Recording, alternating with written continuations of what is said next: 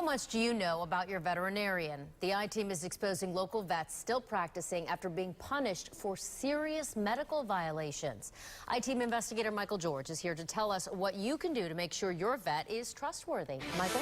Well, Wendy, your pets can't tell you what goes on at the vet's office. It's up to you to do the homework. But it's not always easy for pet owners to get that information. Jan Restivo never wanted to tell this story again. It's not easy to do it, that I can tell you. She says she agreed to talk with us because she doesn't want what happened to her pet to happen to yours. Roger! Roger! Jan's parrot, Roger, died unexpectedly at the vet's office. I loved Roger, and I wanted him to have more than 2 years of a happy life. All Jan wanted was to find out what caused Roger's death. When her vet, Dr. Jonathan Rubenstein, gave her what he said was the state necropsy report, she could tell something was wrong. Here's the report Jan says she got from Dr. Rubenstein, and here's the official state lab report we obtained. The two don't match. Jan's report has a line added to it, claiming Roger's death, quote, was likely related to the general cerebral inflammation. But the state lab was never sent any brain tissue samples, according to an investigation by the Department of Business and Professional Regulation. Jan believes Dr. Rubenstein faked the report and made up Roger's cause of death.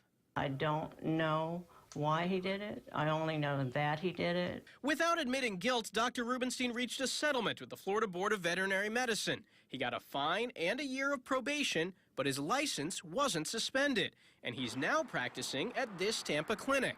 I don't think it's right. Dr. Larry Britt is also still treating animals at his Plant City clinic. He was investigated by the state for allegedly faking a horse's death so he could keep it for himself, and allegedly refusing to treat a dying horse because he was angry another vet had been called to help. Dr. Britt settled without admitting guilt and got a fine and probation.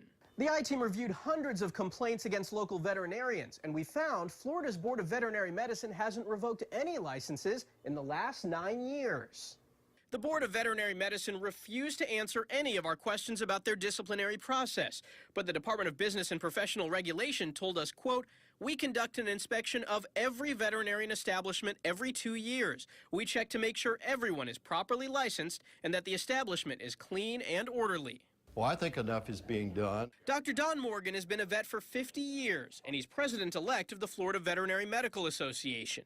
He points out less than 1% of licensed veterinarians have any disciplinary problems. I think a huge portion of the veterinary profession is very reputable and do a real good job. The lesson, Jan says, is to do your homework.